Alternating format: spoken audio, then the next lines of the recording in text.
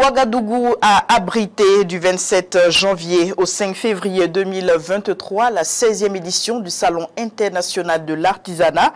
Des centaines d'exposants venus de plusieurs pays en faire montre de leur savoir-faire dans plusieurs domaines. Aujourd'hui, l'heure est au bilan avec nos invités présents sur ce plateau. Sans plus tarder, je vous présente le directeur général du CIAO qui a bien voulu répondre présent à notre invitation. Monsieur Dramantou, bonsoir. Bonsoir, Madame Diasso. On dit également bonsoir à Sosten Pegdouende Ouedraogo. Il est le secrétaire général du bureau consulaire de la Chambre des métiers de l'artisanat du Burkina. Bonsoir et bienvenue. Oui, merci beaucoup. Bonsoir. Alors, le CIAO, il est bel et bien fini. Aujourd'hui, quel bilan est-ce que vous pouvez nous dresser, Monsieur Tou?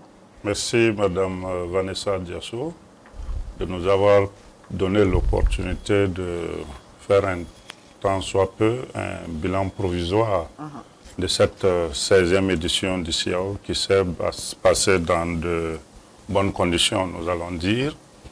Le bilan est positif dans la mesure où l'élément central qui faisait douter certains, c'était la sécurisation de l'événement. Et nous avons eu, grâce à la bénédiction divine, aux mains des ancêtres et aux bénédictions de tout ce qui compte pour ces FASO, eu la chance d'organiser une 16e édition dans de bonnes conditions sécuritaires. Aussi, le bilan est positif parce que nous avons eu la chance d'avoir des résultats assez intéressants en termes de participation des acteurs clés que sont des artisans, en termes de participation du grand public et en termes de participation des femmes et des hommes de la presse que vous êtes, et nous sommes très contents. Je pense que des voix plus autorisées pourront le confirmer dans les jours et semaines à venir.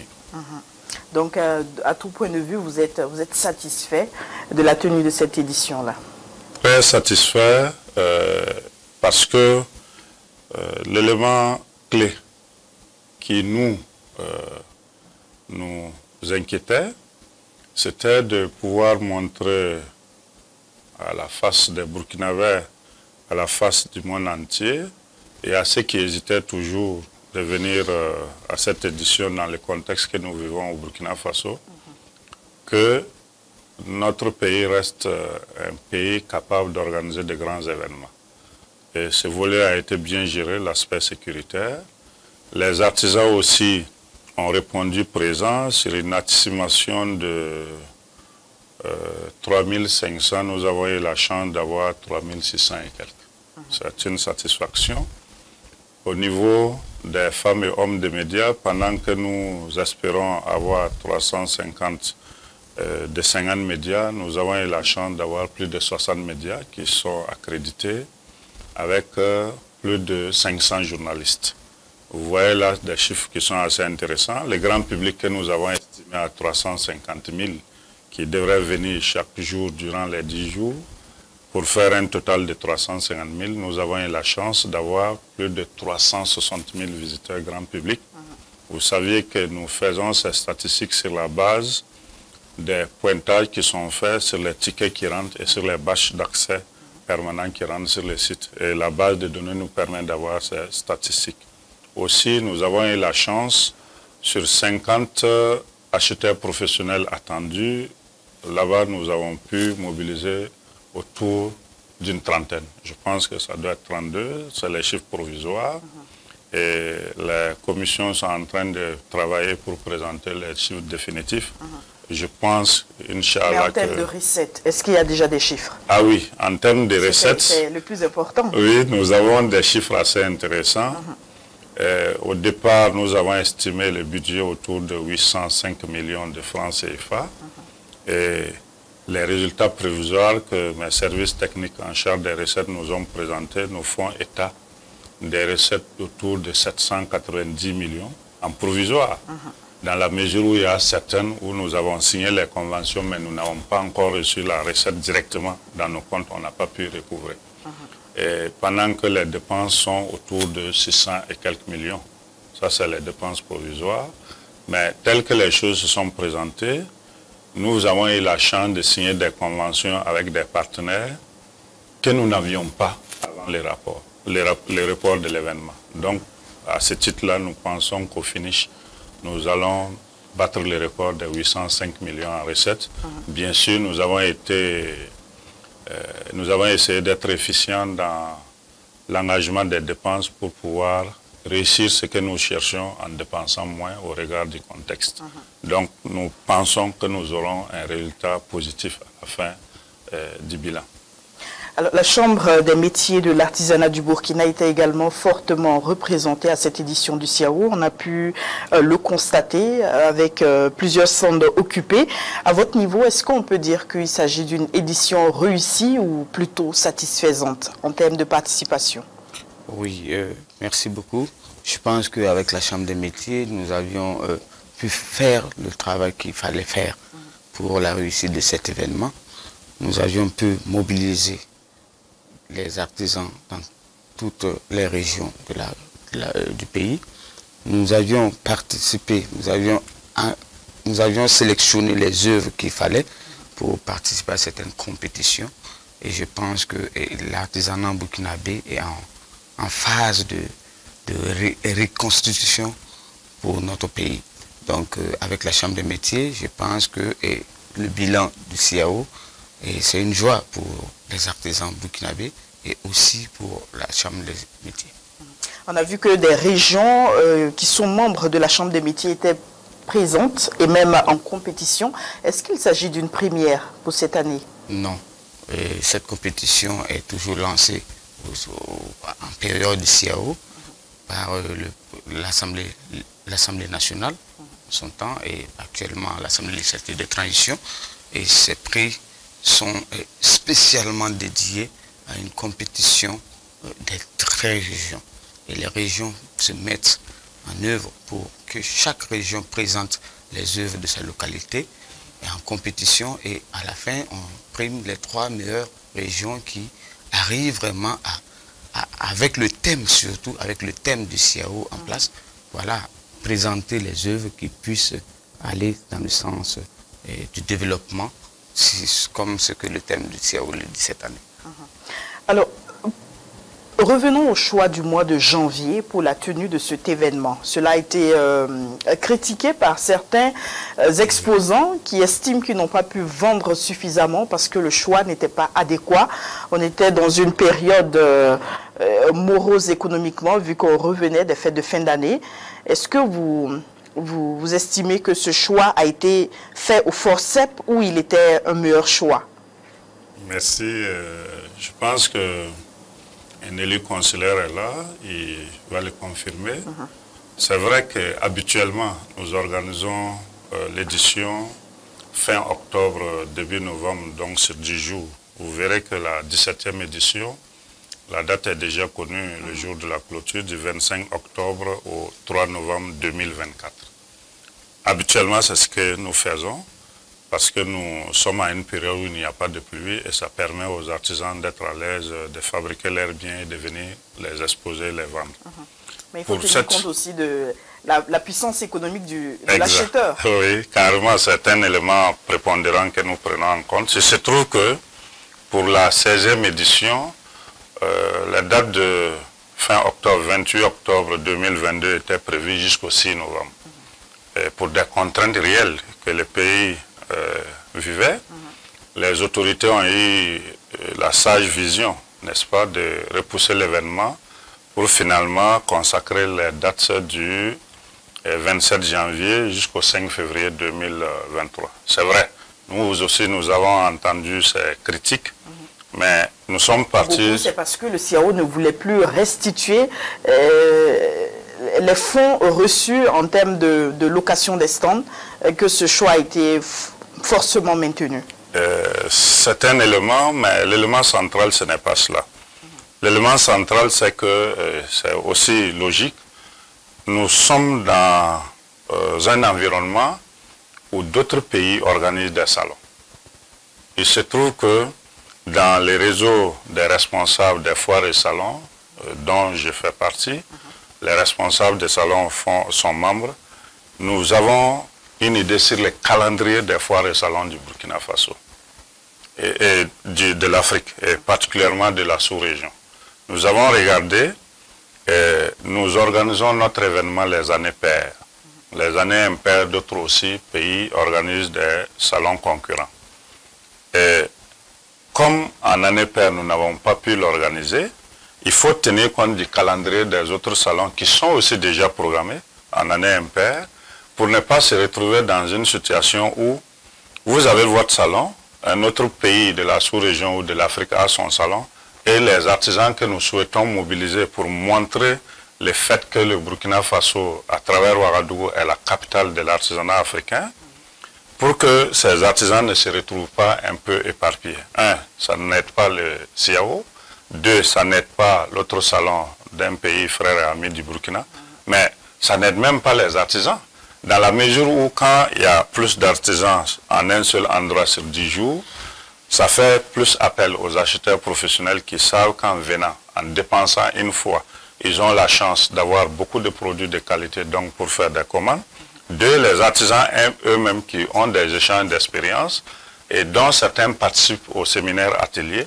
Plus il y a des acteurs qui sont au parfum de la chose, ça arrange les pays, ça arrange les artisans et même le grand public.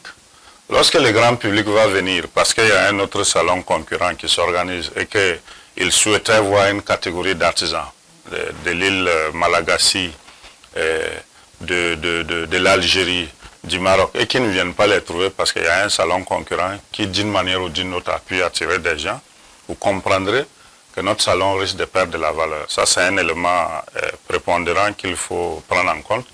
Le deuxième élément, c'est que nous avons fait des propositions en entendant, en écoutant les plaintes et les craintes des artisans. Nous avons fait, les techniciens, des propositions au ministre en charge de l'artisanat, monsieur le ministre Serge Yamnodem Poda, pour dire, nous pensons que ces dates-là peuvent aider, n'est-ce pas, si on choisit une de ces dates à bien réussir l'événement. Bien sûr, on ne l'a pas fait seul, on a discuté avec des acteurs de l'artisanat et il y a eu des scénarios. Un des scénarios a été choisi, qui était du 27 janvier au 5 février. Les gens estiment que comme nous sortons de la fête, alors les gens n'auraient pas de l'argent pour faire des achats. Pour ça, nous avons posé cette problématique avant de faire les propositions de date. Nous avons dit, mais en octobre, ici au Burkina Faso, c'est la rentrée. Lorsque vous avez 2, 3 enfants qu'il faut inscrire, vous devez débourser de l'argent pour les inscrire. Comment se fait-il que les gens arrivent à s'organiser pour inscrire leurs enfants où c'est pratiquement incompressible? Participer à l'édition, faire des achats. Et qu'en janvier, pendant que l'événement est lancé avant les fêtes de fin d'année, des acheteurs potentiels ne puissent pas s'organiser pour s'apprêter, garder un peu de ressources, faire leurs fêtes et puis faire des achats. Ça, c'est un élément. L'autre élément, c'est que des acheteurs professionnels à qui on avait donné l'information que nous allons tout faire pour reprogrammer dans les meilleurs délais en début d'année 2023, que ces acheteurs professionnels nous disent que si on arrive à les faire au plus tard en mi-février et ils sont disponibles, parce que certains reviennent en marge du FESPACO et font des achats. Et il y a des artisans qui ont souhaité aussi être là, après le CIAO, organiser quelques ventes dans la sous-région et participer en même temps à la foire du FESPACO avant de repartir. C'est cet environnement d'arguments qui nous ont motivés à proposer ces dates à l'autorité qui a aussi transmis à la hiérarchie qui a validé. Donc nous comprenons un peu la difficulté, mais nous avons discuté avec certains en leur expliquant qu'en réalité, vous n'avez pas pu vendre comme vous le souhaitez, beaucoup plus dû au contexte économique. Vous saviez que les autres éditions, on n'avait pas la Covid. Le Covid est venu faire perdre l'emploi à certains. Des entreprises se sont fermées. Il y a eu des compressions à certains niveaux. Les gens n'ont pas le même pouvoir d'achat. Premier élément. Deuxième élément, notre contexte sécuritaire fait que des gens ont plus de charges. Vous connaissez la situation des PDI, tout à fait, qui sont à plus d'1 million, et donc il faut tenir compte de tous ces aspects. Maintenant, ceux qui ont pu vendre, puisque je connais des artisans qui ont fini de vendre ce qu'ils avaient amené, qui ont même fait venir d'autres bagages pour les écouler, et d'autres qui ont dit qu'ils n'avaient même pas prévu pour participer à la foire du FESPACO, mais compte tenu des ventes et des commandes qu'ils ont, ils sont obligés de repartir chez eux, aller faire de la production et ramener ça pendant la foire du FESPACO et qui ont déjà loué des stands pour 2024. Alors avec vous, Monsieur Tou, on va revenir sur la non-participation officielle de la Côte d'Ivoire, mais je reviens d'abord à Sostène Ouedraogo. En termes d'acquisition des stands, on a vu au niveau de la chambre du village artisanal, autant pour moi, il y a des artisans qui déploraient le fait qu'ils n'ont pas été retenus et même la cherté des coûts des stands. Chaque année, le problème revient. Est-ce que vous en discutez avec le comité d'organisation pour que ce soit accessible aux artisans? Oui, merci beaucoup pour cette question. Je pense que si cette question n'était pas posée, j'allais aborder même le sujet. Je me dis que le CIAO n'est pas un salon que l'on doit négliger, que l'on doit prendre à la hauteur des événements, parce que le CIAO est actuellement en compétition avec d'autres événements, d'autres éditions dans la sous-région. Nous constatons qu'il y a beaucoup d'efforts gouvernementaux qui sont mis en place pour développer d'autres initiatives qui veulent se rivaliser au CIAO. Et je ne vais pas vous mentir, de passage, nous remercions vraiment les autorités de la place qui ont, chacun dans sa position, subventionné cet instant pour certains artisans. Donc nous ne pouvons pas négliger cet aspect-là. Vous savez bien que n'eût été ces apports des différentes ONG, des différents partenaires qui subventionnent les stands pour les artisans, pour que le Burkinabé actuel puisse participer au CIAO. C'est une casse-tête. Mais est-ce qu'il n'y a pas lieu justement que le débat se mène pour que les artisans se gèrent eux-mêmes, qu'ils puissent prendre les stands à leurs propres frais? Oui, mais les artisans du Burkina, il faut qu'on sache, il faut qu'on se dise la vérité. Nous sommes à une situation là où nous devrons être à mesure d'assumer ce que nous faisons. On n'est pas obligé. Le CIAO, ce n'est pas un événement à comparer à... Les artisans du Burkina peuvent se déplacer, payer des stands à plus de 2 millions de francs CFA à l'extérieur, faire le transport personnel sans appui d'un partenaire pour les exposer à l'extérieur. Vous voulez parler donc de mauvaise foi, c'est ça? Pas de mauvaise foi, c'est en fait... Donc ils le font ailleurs, ils ne peuvent pas le faire ici. Oui, ils se disent que, et voilà, c'est le quotidien, c'est ça, il faut que... je pense que avec tous ces scénarios, les inquiétudes que les artisans déplorent, c'est l'information et aussi la recherche de formation qui n'est pas adaptée à leur système de commercialisation ou à leur système de vision lointaine. Nous, le CIAO à 700 000 francs le stand, ça ce n'est rien. Tu t'es pas déplacé. Moi je suis artisan. Je ne veux pas défendre un artisan qui n'est pas capable de profiter des atouts du CIAO. Avec le CIAO, on n'a pas besoin d'exposer plein de choses. Tu as ta boutique déjà sur le terrain, c'est-à-dire à Ouagadougou ou au Burkina. Et tu vas avoir des expositeurs professionnels qui vont venir de tous les continents. Maintenant, automatiquement, il faut rapidement faire quoi? Avoir une partie pour exposer des œuvres de qualité et bénéficier de ces relations. Voilà, donc je me dis que la cherté des stands n'est pas une raison pour que les artisans burkinabés ne participent pas au CIAO. N'eût été aussi la vive sollicitude de différents artisans envers certains partenaires qui ont subventionné des stands à hauteur de 100%, je pense. Exact, à 100%. Voilà, à 100%. Des stands ont été offerts par des partenaires et par des ministères même de notre pays. Voilà. Mais il faut aussi que les artisans se détachent de ce carcan de silence et de vouloir avoir tout en même temps. Voilà. Alors, je reviens à vous, Dramane Tou. La non-participation officielle de la Côte d'Ivoire semble avoir fait tache d'huile à l'organisation de cette édition du CIAO. Est-ce que vous vous êtes senti trahi? Parce qu'on sait que vous avez évoqué les raisons, vous avez évoqué des raisons administratives qui n'ont pas permis que des délégations soient représentées.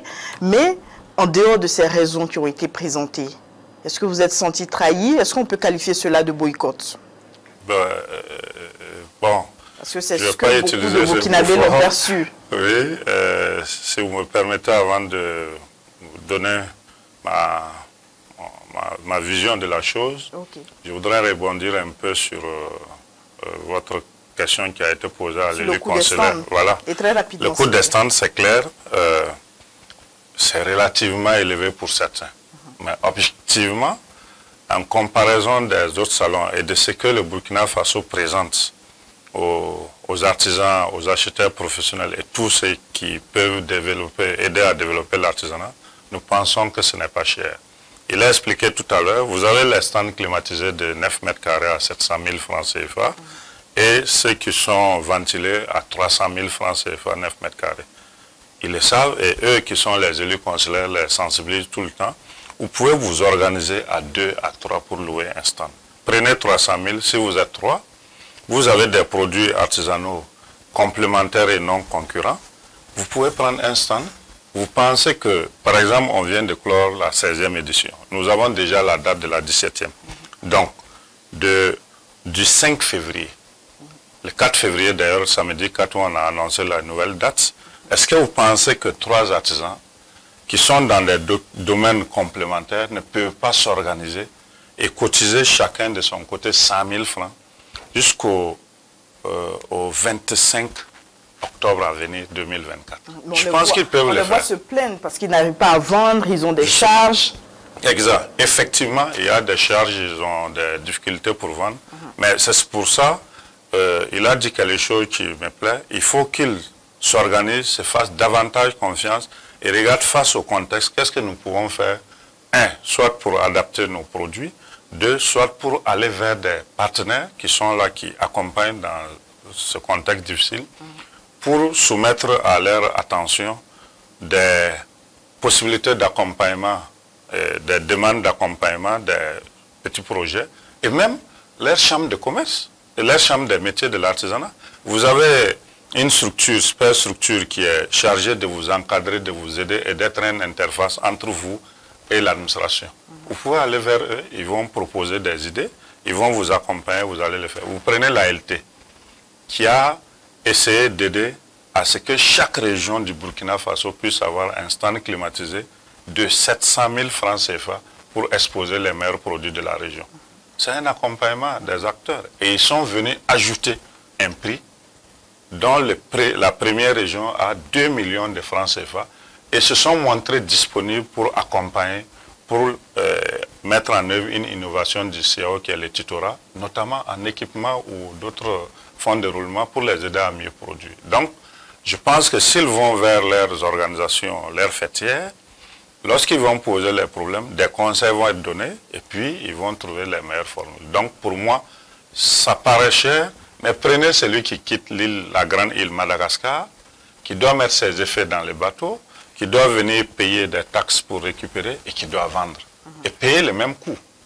Donc, je pense qu'il faut qu'ils développent des initiatives pour réduire un peu les besoins d'assistanat. Parce qu'ils sont des entrepreneurs. Revenons à ma question. Maintenant, par rapport à votre question, je ne vais pas utiliser le terme boycott ou trahison, mais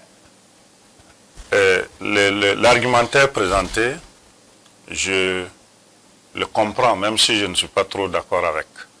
Parce que un pays frère et ami comme la République de Côte d'Ivoire, qui est lié au Burkina Faso par l'histoire, la géographie, et même sur le plan diplomatique, je pense jusqu'à preuve du contraire que nous sommes à bon terme.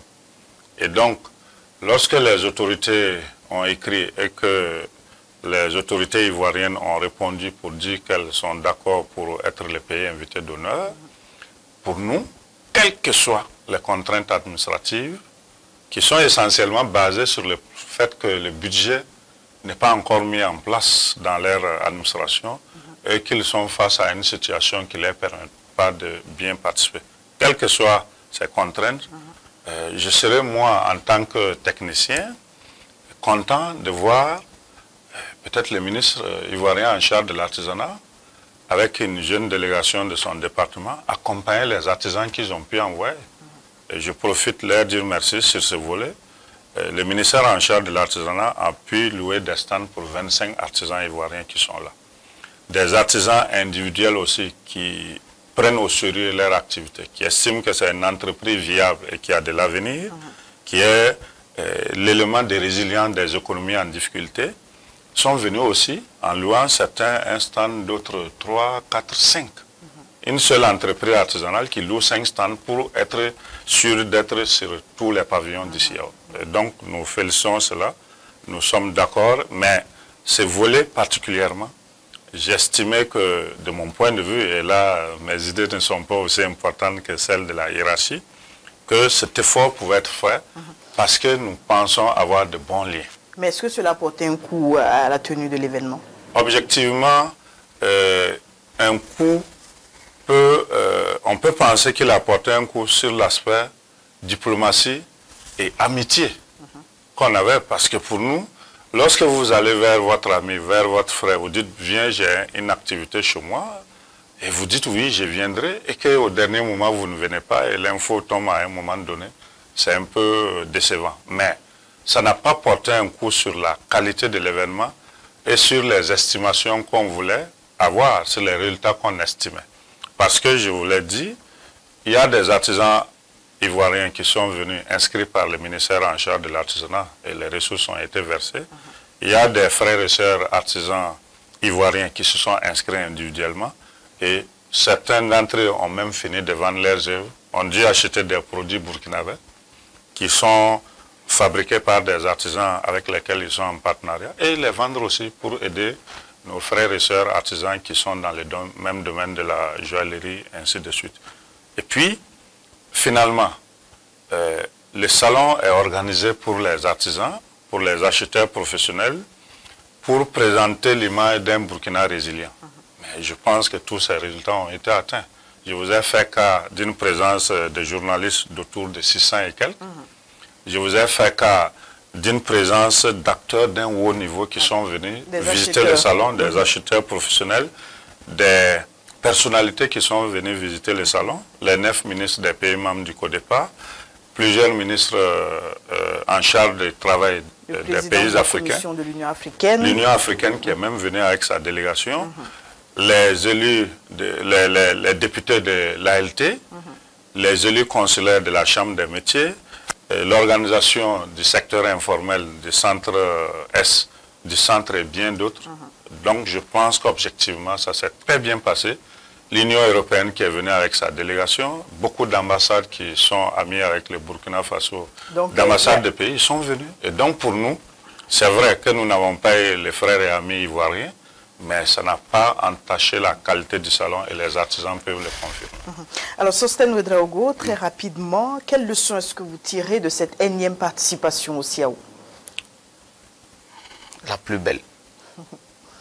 Car depuis certains événements que nous participons de la sous-région, nous pouvions, depuis que le Burkina Faso est en crise, nous pouvions dire que le CIAO est venu enlever une épine des artisans.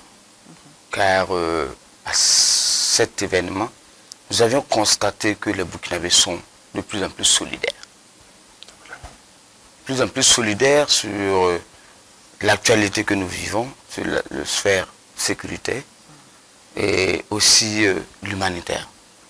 Nous avions vécu des événements extrêmement, avec un programme que DG venait d'expliquer, avec au départ, avec le regroupement des différentes présidents des chambres des métiers de l'UOMOA. Nous avions assisté à des ouvertures d'unités de transformation du coton et nous disons que si notre autorité n'avait pas pris acte pour l'importance de cet événement, il fallait le faire le plus vite possible. Et je pense que la leçon que nous avions pris à cet événement, c'est vraiment la cohésion sociale et le vivre ensemble des Burkinabés. nous avions constaté réellement que tout le monde était, tous les artisans participants au CIAO étaient en mode VDP. Tous les artisans étaient dans le renseignement. Tous les artisans étaient dans le renseignement. Il n'y a pas eu de dégâts parce que ce n'est pas uniquement la sécurité qui a fait son travail, mais les artisans eux-mêmes se sont dit présents, se sont montrés présents sur le site pour vraiment accompagner cet événement. Et je pense que cette leçon est à inscrire dans les archives pour le combat qui est à venir. Alors, sur la même question, DG, rapidement, s'il vous plaît. Oui, là, nous sommes très satisfaits parce que le CIAO a permis de tirer une série de leçons. Je vais insister sur 3. La première des leçons, c'est cette mobilisation globale, une ferveur nationale où des parents et des amis qui sont au fond du Burkina ont appelé pour dire mais qu'ils sentent maintenant que le pays vit. Donc, le fait d'avoir pu mobiliser la population burkinabé à se tenir autour de l'événement, quand vous regardez les visites sur le site, je vous ai parlé de plus de 360 000 visiteurs grand public. Au fur et à mesure qu'on avançait vers la fin du salon, on avait du public qui répondait présent de façon vraiment spectaculaire en termes de nombre. Vous verrez que les statistiques pour le vendredi, le samedi et le dimanche 5 février, c'est extraordinaire. Donc, première leçon, mobilisation générale de la population autour d'un événement qu'il consomme. Voilà. Deuxième leçon à tirer, c'est ce qu'il a dit. Les gens ont accepté que les spécialistes des questions de sécurité puissent donner des orientations et qu'ils les suivent. Donc, les artisans ont contribué à sécuriser davantage le salon par leur discipline, par le respect des consignes et par l'information et l'acceptation des orientations des forces de défense et de sécurité. Vous verrez que chaque fois qu'un artisan voyait quelque chose qui a un peu douté, il signale ça. Et donc c'est une contribution à la question de la sécurisation du salon. Et je suis content qu'il ait utilisé le terme VDP. C'est de véritables volontaires pour la défense de la patrie parce que quand j'ai échangé avec les artisans, certains artisans burkinabés et même étrangers, ils se sont dit que mais, si une erreur est faite et qu'il y a un problème sécuritaire, c'est qu'ils auraient perdu leur outil central de développement de leur activité de promotion commerciale de leurs produits. Et donc, ils se sont mis ensemble pour aider à faire plus de sécurité. Donc, la troisième et dernière leçon que je voudrais signifier, c'est celle-là qui montre que, contrairement à ce que certains disaient, pourquoi en période difficile, l'État doit mobiliser de l'argent pour organiser un événement. Et le personnel sécuritaire. Voilà, que certains trouvent festif. Pourtant, c'est une activité économique prépondérante. Et puis, il faut que les gens comprennent que l'artisanat, c'est un secteur d'activité comme l'agriculture, comme l'élevage, comme la pêche, comme l'industrie, à des degrés divers. Vous imaginez qu'un pays qui se trouve en période difficile, vous demandez aux industriels de ne plus travailler et que l'État ne doit plus les accompagner. Vous demandez aux mines, par exemple, ou aux populations même, et que l'État n'accompagne pas à travers une subvention pour réduire, par exemple, le coût de certains produits. Ça ne peut pas aller. Qu'est-ce que ces acteurs économiques qui constituent le deuxième secteur pourvoyeur d'emploi après l'agriculture? Je prends l'agriculture au sens large où on regroupe les ressources animales à l'intérieur. Les statistiques ont montré qu'après ce secteur d'agriculture, c'est l'artisanat qui suit. Comment est-ce qu'on peut écarter cela et penser qu'on peut développer la résilience et permettre aux populations de vivre? Donc pour moi, la troisième leçon, c'est celle-là. Les autres autorités ont vu juste en donnant l'autorisation d'organiser l'événement, en donnant les moyens d'organiser l'événement et en mobilisant la sécurité autour pour que ceux-là qui pensent que notre pays doit être peint en rouge, qu'ils se trompent et qu'on peut organiser de grands événements. Et même ces personnes qui vivent dans le pays avec leurs familles, leurs amis, qui y travaillent et qui disent aux autres de ne pas venir, vous imaginez que ce n'est pas bien. Il faut des événements de ce genre qui vont montrer que nous avons certes des défis, mais nos FDS, nos VDP et les autorités trouvent toujours les mécanismes pour qu'on organise ces grands événements nationaux. Donc, 3 leçons importantes que nous avons tirées en présentant la face du monde, donc le côté diplomatique de la chose, que le CIAO reste un ambassadeur du Burkina Faso qui réside au Burkina Faso. Alors merci à vous, nos 2 invités. Le temps était véritablement court pour développer tout ce qui a trait à la 16e édition du CIAO 2023. Nous aurons l'occasion sans doute au cours d'un autre plateau pour revenir dans les moindres détails de cet événement d'envergure nationale. Nous passons donc à ce 2e sujet du débat. Il s'agit de la hausse du prix du litre du Super 91 de 91 francs qui passe donc de 790 à 850. L'arrêté est entré en vigueur le 11 février 2023, de quoi déplaire aux consommateurs qui ne le cachent pas du tout. Le constat il est de Abelière Bangay Adja Diallo. Avec 15 000 francs CFA, Dame Diallo pouvait avoir 20 litres de carburant pour son véhicule. Avec cette même somme aujourd'hui à la station, cela n'est plus le cas. La raison, l'augmentation de 100 francs CFA sur le litre du Super 91 par le gouvernement. Une augmentation qui a pris effet à partir de ce 11 février, selon un communiqué du gouvernement. Une augmentation de trop chez ces consommateurs qui peinent à supporter. C'est à chaque fois, c'est à chaque fois. Cette fois-ci, c'est jusqu'à 100 francs, non? 100 francs, c'est trop, 100 francs, c'est trop. Donc maintenant, bon, pour 1000 francs même, ça vaut rien maintenant. Vous voyez? Donc c'est pas dû jusqu'à 850, non? Donc le coût est trop. S'il peut revoir quelque chose pour nous, là ça va nous arranger. Bon, 2500 souvent, c'est plein dans ma moto, mais aujourd'hui j'ai fait 3000 francs. Ce matin j'ai appris qu'ils ont augmenté l'étude d'échange. C'était à 750 si je ne me trompe pas, et maintenant c'est devenu à 850 francs.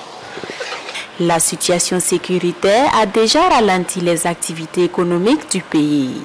Tout est devenu plus cher, soutient cet autre usager pour qui le gouvernement devra revoir et aider les populations qui vivent déjà des moments difficiles. Voilà, ils n'ont pas réfléchi, ils ne sont pas les seuls intelligents. Il y a des gens qui ne sont pas allés à l'école, sont très intelligents que eux, qui savent faire les choses, ils n'ont qu'à chercher, ils n'ont qu'à mettre les gens en place. Une seule personne ne peut pas travailler, on doit travailler ensemble. Pour moi c'est trop, sans mentir c'est trop. Vu même que nous sommes dans une période vraiment catastrophe, voilà, là où on a besoin de la mobilisation de tout un chacun, de tout un Burkinabé, et puis du coup, voilà, je vois que c'est trop, selon moi. Voilà. Dans les stations-service, l'ambiance est bien morose. Pour cet usager, si l'augmentation du prix du carburant devra contribuer à la lutte contre le terrorisme, elle est salutaire plus qu'au-delà du Burkina. Certains pays connaissent également cette même augmentation. Alors sur ce plateau, nous parlons bien sûr de cette actualité avec le président de la Ligue des consommateurs, Dasmane Traoré, qui nous a rejoint. Bonsoir et merci d'être là. Bonsoir Madame Diassou. Merci de nous avoir conviés à cette émission. Alors avez-vous été surpris en apprenant cette énième augmentation? Bien, surpris, oui et non à la fois. D'abord parce que depuis mai dernier, lorsqu'il y a eu les premières augmentations, nous avions dit que c'était exagéré. Du reste, dans un pays comme le nôtre où le taux d'inflation est assez élevé par rapport à la sous-région, toute augmentation en lien avec l'hydrocarbure va entraîner encore une augmentation des produits de première nécessité, si bien que nous avions émis vraiment des inquiétudes en son temps. Et cela n'a pas tardé, il y a eu une deuxième augmentation. Cela nous a amené d'ailleurs avec d'autres associations à demander à ce que l'on revoie les choses à la baisse. Cela n'a pas marché, mais du reste il y avait une promesse ferme de ramener cela à la baisse.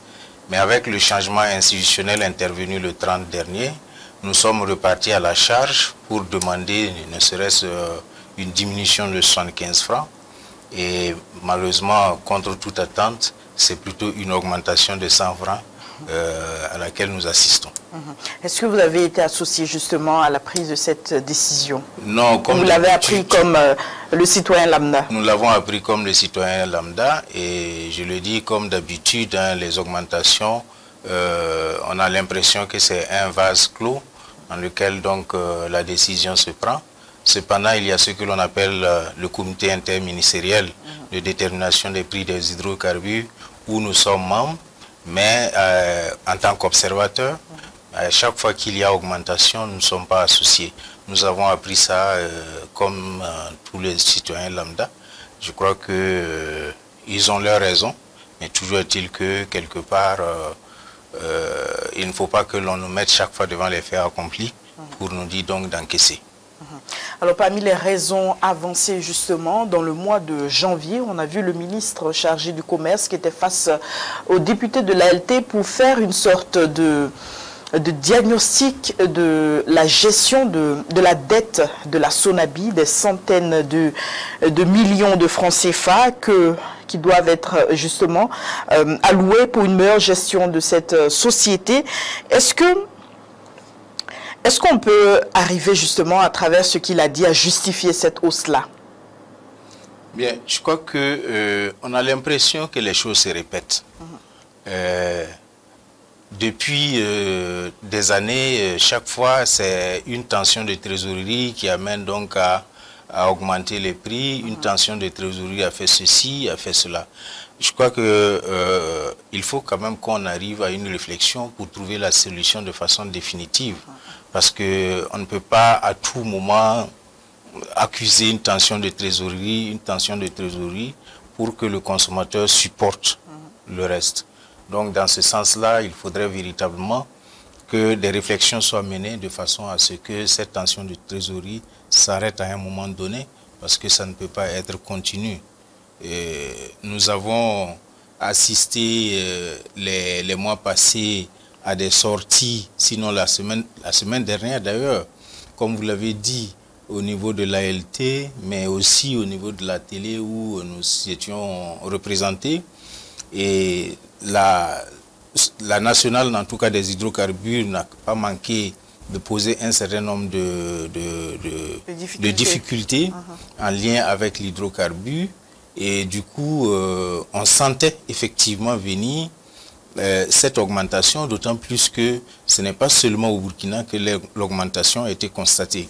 Nous avons les amis du Togo où effectivement il y avait cette augmentation, ils étaient pratiquement à 800 francs, ils ont ramené cela à 775 francs rien que la semaine dernière. Nous avons vu pour le gasoil, mais le super lui reste comme tel hein, à 700. La Côte d'Ivoire également récemment augmenté. La Côte d'Ivoire également, récemment, ils ont fait une augmentation. Ils sont à 815 francs maintenant le litre du super, alors qu'il était à 615. Donc, plus ou moins, on s'attendait en tout cas à voir quelque chose chez nous, mais on s'était dit que ça n'allait pas être dans l'immédiat quand même.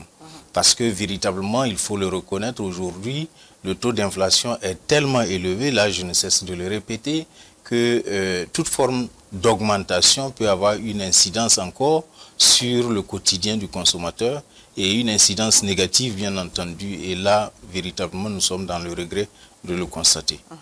Alors vous l'avez dit, il ne faut pas accuser tout le temps les défauts de trésorerie, mais on voit une fois de plus que ce sont les consommateurs qui sont appelés à combler le gap de la Sonabi, alors que l'État pourtant subventionne justement cette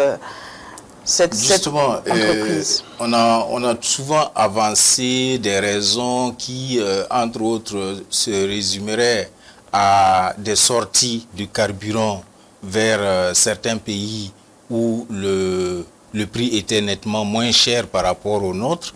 Donc c'est comme si, quelque part, l'État burkinabé subventionnait le carburant dans ces pays-là. Ça, c'est l'argent du contribuable qu'on laisse passer.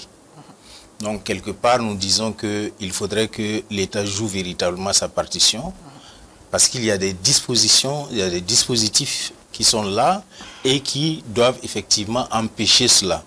Alors, il y a même des outils pour sanctionner ceux qui s'adonnent à ces pratiques-là. Alors, mais on n'a jamais entendu qu'il y a des gens qui vendent le carburant au-delà de nos frontières et qui ont été inquiétés. Donc, il faudrait que, même si on doit demander, j'allais dire, le sacrifice au niveau du consommateur, il faudrait que véritablement nous sachions où rentre notre argent, de façon à ce que effectivement nous consentons et que nous acceptons ce sacrifice. Parce que la réticence va du fait que nous ne pouvons pas nous sacrifier à une certaine hauteur et malheureusement retrouver nos produits, sinon retrouver nos biens entre les mains d'individus. Et c'est là que le bas blesse. Alors, le débat se mène encore autour de la Sonabi. Pour beaucoup, l'audit est plus que nécessaire actuellement. Oui, l'audit, nous dirons même qu'au-delà de l'audit, parce que pour ce qui est de la Sonabi, nous avons eu en tout cas la chance de rencontrer le nouveau directeur général avec son personnel il y a environ 3 semaines déjà, pour poser déjà le problème du gaz butane qui aujourd'hui est devenu véritablement une denrée rare avec des prix vraiment inattendus par endroits et des techniques de vente qui ne sont pas recommandées. Et là, nous avons mis en place une équipe d'ailleurs, et cette équipe avait déjà été mise en place, du reste on en a parlé, et il y a un travail qui va être fait. Ce que nous exigeons au-delà de l'audit, il faudrait véritablement que les textes changent. Les cahiers de charges qui régissent la Sonabi aux distributeurs doivent changer parce que l'activité est dynamique.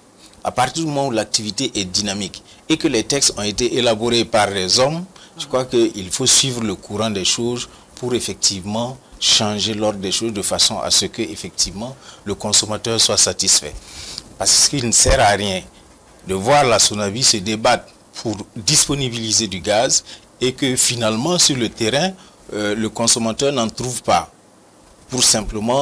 Parce que simplement vous avez des distributeurs qui rentrent dans le jeu et qui ne sont pas agréés, qui n'ont d'ailleurs pas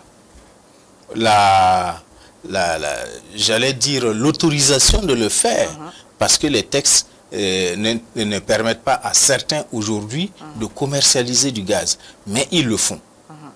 Alors, quand c'est le cas, naturellement, il y aura ce que l'on appelle la pénurie artificielle qui sera créée, et à la sortie de cette pénurie artificielle, naturellement, on augmente le prix du produit, et puisque l'offre est inférieure nettement à la demande, ben, ça ne se discute pas. Les gens sont obligés d'acheter. Effectivement, il n'est pas rare aujourd'hui de voir des gens qui se baladent avec leurs bouteilles. Moi, personnellement, j'en ai connu. J'ai circulé avec ma bouteille pendant plus de 2 semaines avant d'avoir du gaz. Et je sais que je ne suis pas le seul. Certainement que d'autres en ont souffert parce qu'ils n'ont pas eu le gaz au-delà même de 2 semaines. Donc, bref, cette question-là mérite en tout cas une réflexion approfondie avec l'ensemble des acteurs. De la part de la Sonabi et l'ensemble des acteurs que nous avons du reste rencontré l'année dernière avec le DG précédent, à la fois les acteurs, l'administration, la Sonabi et le représentant des consommateurs que nous étions. Et là, nous avions vraiment posé terre à terre tout le problème lié à la consommation du gaz. Et une commission avait déjà été mise en place à cet effet. Cette commission va continuer naturellement les travaux pour que, à la sortie, ils puissent nous déposer quelque chose de fiable et de productif. Donc, nous sommes sur cette expectative. Mais pour revenir comment s'appelle l'hydrocarbure, au carburant, pardon, l'augmentation aujourd'hui en elle peut constituer certes un problème, mais comme au niveau du gasoil, on n'a pas touché, je crois que... Mais ils sont peu ceux qui utilisent. Je crois que les syndicats des transporteurs que nous avons du reste pu toucher, eux, ils confirment qu'ils ne vont pas, en tout cas lancé dans une quête quelconque d'augmentation du prix du transport. Maintenant, il revient aux autres, parce que quand c'est comme ça, les velléités sont tellement importantes qu'il y en a qui s'adonnent à des pratiques condescendantes, si bien que malheureusement, on assiste à des augmentations tout azimut. Logiquement, je dis bien logiquement, le prix du transport ne devait pas intervenir au niveau donc des produits de première nécessité ou des produits de façon générale. Donc, il ne devait pas y avoir de changement. Mais de par le passé, on a déjà constaté cela. Nous disons que il faut, s'il n'y a pas augmentation, ou même s'il y a augmentation, et que le consommateur consent aujourd'hui, parce que nous sommes dans une situation vraiment délicate, avec cette insécurité que nous vivons.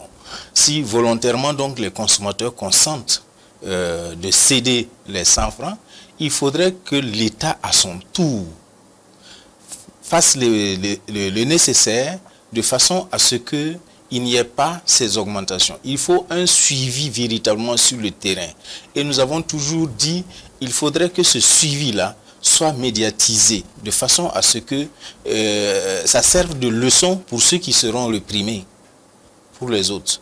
Donc ceux qui sont hors la loi, qu'on leur inflige la sanction adéquate, de façon à ce que les autres n'emboîtent pas le pas. Il ne faut pas imiter ce qui n'est pas correct. Voilà. Alors pour revenir justement à ne pas imiter ce qui n'est pas imitable, on avait appris qu'il y avait des gérants de stations entre griffes qui avaient été épinglés justement au cours de cette grave pénurie que les Burkinabés ont constaté il y a plusieurs semaines de cela. Dans la dynamique d'aller dans votre proposition de rendre médiatique cela, cela doit être justement officiel et connu de tous, peut-être même les gérants, les stations également épinglées. Il y a non seulement les stations épinglées qui devaient être véritablement connues de façon à ce que le consommateur fasse lui-même sa répression. C'est-à-dire en choisissant délibérément d'aller dans cette station ou de ne pas aller. De façon à ce que ça serve de leçon aux autres. Et il n'y a pas que les stations qui ont été épinglées. Il y a même des vendeurs au bord de la rue, parce qu'il y en a qui venaient prendre avec des bidons et qui allaient surenchérir le coût du litre. On a vu le litre qui a été vendu à 3 000, voire au-delà. Alors, parmi ces gens, beaucoup ont également été épinglés et qui ont vu tout leur matériel confisqué. Eux-mêmes, ils ont subi, en tout cas, ils ont été taxés pour payer des amendes, etc. Donc, quelque part, ces pratiques-là, qui sont en adéquation avec la loi, devaient pouvoir être mis à la disposition du consommateur, pour que le consommateur sache qu'effectivement, cette pratique-là n'a pas été correcte et que la sanction a été infligée. Mais malheureusement, il faut le reconnaître aussi, les équipes de contrôle n'étant pas assez pourvues, il va de soi que les quelques sorties sembleraient être comme une goutte d'eau dans la mer, parce que ça se limite à la seule ville de Ouagadougou. Or, ces équipes-là, pour un seul arrondissement, certainement, elles ne pourront pas en tout cas assurer ça de façon convenable. Et c'est pourquoi on demande souvent aux uns aux autres d'avoir cet esprit responsable, de façon à ce que tout ce qui n'est pas correct, qu'on ne s'y lance pas, pour qu'il y ait ce que l'on peut appeler le mieux vivre ensemble. Alors merci à Dasmane Traoré d'être venu sur ce plateau et partager avec nous la réaction de la Ligue des consommateurs sur cette récente hausse du prix des hydrocarbures. C'est moi qui vous remercie.